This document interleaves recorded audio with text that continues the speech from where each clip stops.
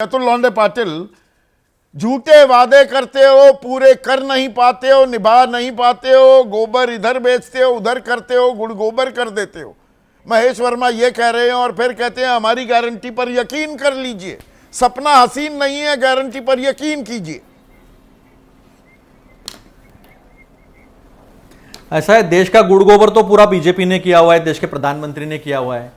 इतना झूठ बोलने वाला तो देश का मुखिया 5000 साल की सभ्यता में कहीं नहीं होगा जितना झूठा हमारे देश का प्रधानमंत्री है। मैं अभी आपको कर्नाटक की कुछ बातें गिनाता हूं, कुछ अपने पता ही नहीं रेवड़िया। इनके दोस्तों का 16 लाख करोड़ का कर्जा माफ हुआ।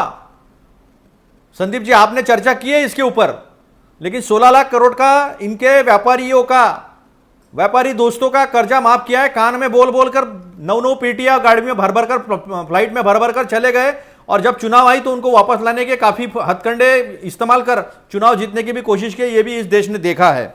अब जहां तक ये बात सामने आती है कि भ्रष्टाचार के आरोप करते हैं, क्या पकौड़े तल रहे क्या 11 साल से? अलग अलग राज्यों में 18 से 20 से ज्यादा राज्यों में इनकी सरकारें हैं। आरोप पे आरोप, गोबर का आरोप, क्या क्या आरोप करते हैं। गौ माता का गोबर 2 रुपया किलो से खरीदा तो स्वच्छता भी हुई, पेंट भी बना, उससे खाद भी बना। लेकिन ये गौ माता को भी छोड़ेंगे नहीं जब इनकी बात आएगी तो। और इतने 1 साल हो गया वहां पर भी सत्ता में, लेकिन कुछ कर नहीं पाए हैं, कुछ सामने नहीं ला पाए। केवल आरोप करना, झूठे आरोप करना, यही इनकी बात है। आपके राष्ट्रीय अध्यक्ष आपके उप मुख्यमंत्री को डांट पिलाते घूमते हैं। अभी तक बेनिफिशियरी का नंबर है 1 करोड़ वही करो जो निभा सको। ये तो आपके राष्ट्रीय अध्यक्ष ने डीके शिव कुमार को सलाह दी, नसीहत दी, फटकार लगाई। दरअसल शब्द फटकार है, नसीहत नहीं। नहीं, देखिए ये बहुत अच्छी बात उन्होंने की है। जो हम बोलते हैं वो करते हैं, ये बात एकदम स्पष्ट तरीके से उन्होंने बताया कि जो हम कर सकते हैं वो करो। मैं अभी कुछ नंबर्स देता हूं, वो फिगर्स आप वेरीफाई करो। इन्होंने आज जो झूठी खबर चलाई है, झूठी इन्होंने एडवर्टाइजमेंट पेपर में दी है, उसके लिए मैं खुद पवन खेरा साहब के साथ हम आज इलेक्शन कमीशन गए थे। वहां पर हमने इनके खिलाफ कंप्लेंट दर्ज की है। तीनों सीएम मंडे को बॉम्बे में आकर प्रेस कॉन्फ्रेंस करने वाले, और इनके खिलाफ हम कल एफआईआर भी करने वाले हैं। क्या झूठ बोल दिया? बेनिफिशियरी का नंबर है 1 crore 20 lakh. Beneficiary wise expenditure 22,975 crore का हमने किया है। गृह ज्योति में बेनिफिशियरी का नंबर है 1 करोड़ 56 लाख, हमने एक्सपेंडिचर किया है 7,881 करोड़। बाद में अन्न भाग्य योजना में इन्होंने, देखो इनकी करतूतें इतनी खराब है, इतने ये इनह्यूमन है, असंवेदनशील लोग हैं कि हमने 10 किलो अनाज की जो बात की थी अन्न भाग्य में, तो इन्होंने एफसीआई से निजी लोगों को बेचना मंजूर किया, लेकिन कर्नाटक सरकार को देने से मना कर दिया एफसीआई से। हमने लोगों के खाते में पैसे डाले। इसमें बेनिफिशियरी नंबर है 47.30 करोड़। 7,762 करोड़ की राशि हमने इस पर खर्ची की है। शक्ति योजना, उसमें बेनिफिशियरी नंबर है 264 करोड़, और 6,409 करोड़ जो है, इतने आंकड़े बता रहे हैं। देखिए फायदा पहुंचाया है। दरअसल ऐसा है, ये आंकड़े जरूरी हैं। सुनिए ना, आंकड़े जरूरी हैं, आम दर्शक के सर के ऊपर से चले जाते हैं। मैं ये कह रहा हूं, गारंटी दरअसल भरोसा किस पर कर रहा है, वहां पर अटकती है ना बात।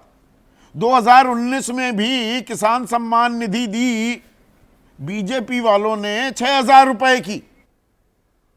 आप न्याय योजना लेकर आए 72,000 रुपए, यानी कि 6,000 रुपए महीना।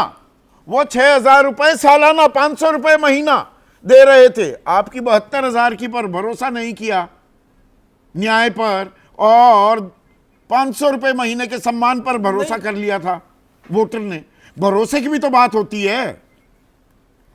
सुनिए, उसी के बाद कर्नाटक पे हम पे भरोसा किया है। हम पहुंचा नहीं पाए थे उस वक्त, लेकिन हमने जो भी योजना बनाई संदीप जी, उस योजना के पीछे एक अर्थशास्त्र है। अभिजीत बैनर्जी, थॉमस पिकेटी, ऐसे जैसे लोगों ने, जिन्होंने पूर इकोनॉमिक्स बुक लिखी है जिसके ऊपर उनको नोबेल मिला, वो लोग इस चीज में इन्वॉल्व थे। और हमने जो बोला है वो किया है। कर्नाटक में भरोसा किया। मैं आज आपके सामने सारी फिगर्स रखी है। तेलंगाना के सीएम ने, इन्होंने जो झूठ बोला, उसके बाद तेलंगाना के सीएम ने पूरी एड पेपर में दी है। तो हमने जो कहा है वो धरातल पर करके दिखाया है। देखिए, दिलीप अवस्थी हमारे दर्शक हैं। आपने तो सारे गिना दिए बीच बीच में। दिलीप अवस्थी हमारे दर्शक हैं सीतापुर के। वो कह रहे हैं सभी पार्टियां गारंटी दे रही हैं और खुद मुफ्त वाली घोषणाएं कर रही हैं, लेकिन ये नहीं बता रही हैं कि कर्ज कैसे बढ़ रहा है। कर्ज तो, और बड़ी एक दिलचस्प बात मैंने देखी, रिसर्च बहुत करते हैं हम, जो हमारी टीम है, त्रितेश नंदन जिसके हेड हैं, वो पूरा दिन खपा देते हैं। तो जितने विपक्षी शासित राज्य हैं जिसमें तमिलनाडु भी आता है, जिसमें हिमाचल आता है, जिसमें कर्नाटक आता है, तेलंगाना आता है, वहां का जो ग्रॉस स्टेट डोमेस्टिक प्रोडक्ट है उसका कर्ज के साथ अनुपात देखा जाए तो 40 से 50% तक है। बीजेपी वालों का फिर भी 40 से नीचे है। ज्यादा बड़े कर्ज का संकट विपक्षी शासित राज्यों पर है। गलत आंकड़ा तो नहीं दे रहा हूं, आंकड़ों से आप भी वाकिफ हैं। नहीं नहीं नहीं नहीं नहीं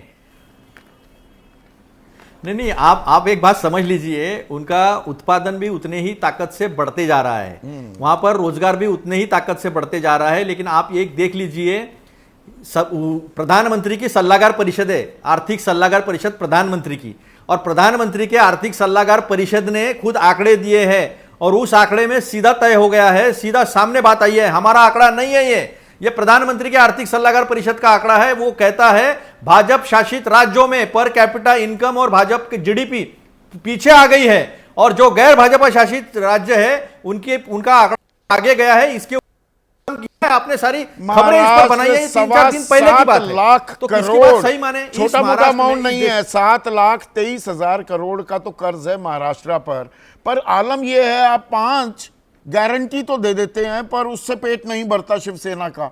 शिवसेना 5 और उसमें जोड़ देती है, एक पर एक फ्री, मतलब डबल धमाका करने की कोशिश की। जी हम तो लड़कियों की तर्ज पर लड़कों को मुफ्त शिक्षा देंगे, हर परिवार को 25 लाख का कैशलेस इलाज कराएंगे। आप 15 लाख की बात कर रहे थे।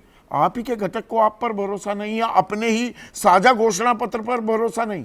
इतनी कंपेटिटिव ऐलान की लड़ाई है ये। नहीं संदीप जी, थोड़ा अगर आप थोड़ा मुझे मौका देंगे पूरा बात रखने का तो बहुत अच्छा होगा, क्योंकि दर्शक देख रहे हैं। आपका प्रोग्राम बहुत लोग देखते हैं क्योंकि आप सच्चाई की बात करते हो, तो थोड़ा मुझे मौका दीजिए। जब बीजेपी के पास में शासन गया, 1990 में गया, 50,000 बीजेपी ने हमको शासन दिया तो हमको ओवरड्राफ्ट करके लोगों के तनख्वाह देनी पड़ी। उसके बाद महाराष्ट्र की ग्रोथ रेट जो थी वो 11 से 12% तक कंटिन्यू ग्रोथ हुई 1999 से लेकर 2014 तक। आज हमारा ग्रोथ रेट 7.2% तक नीचे आया है। इन्होंने क्या बंदरबाट की है? बंदरबाट की बात करें,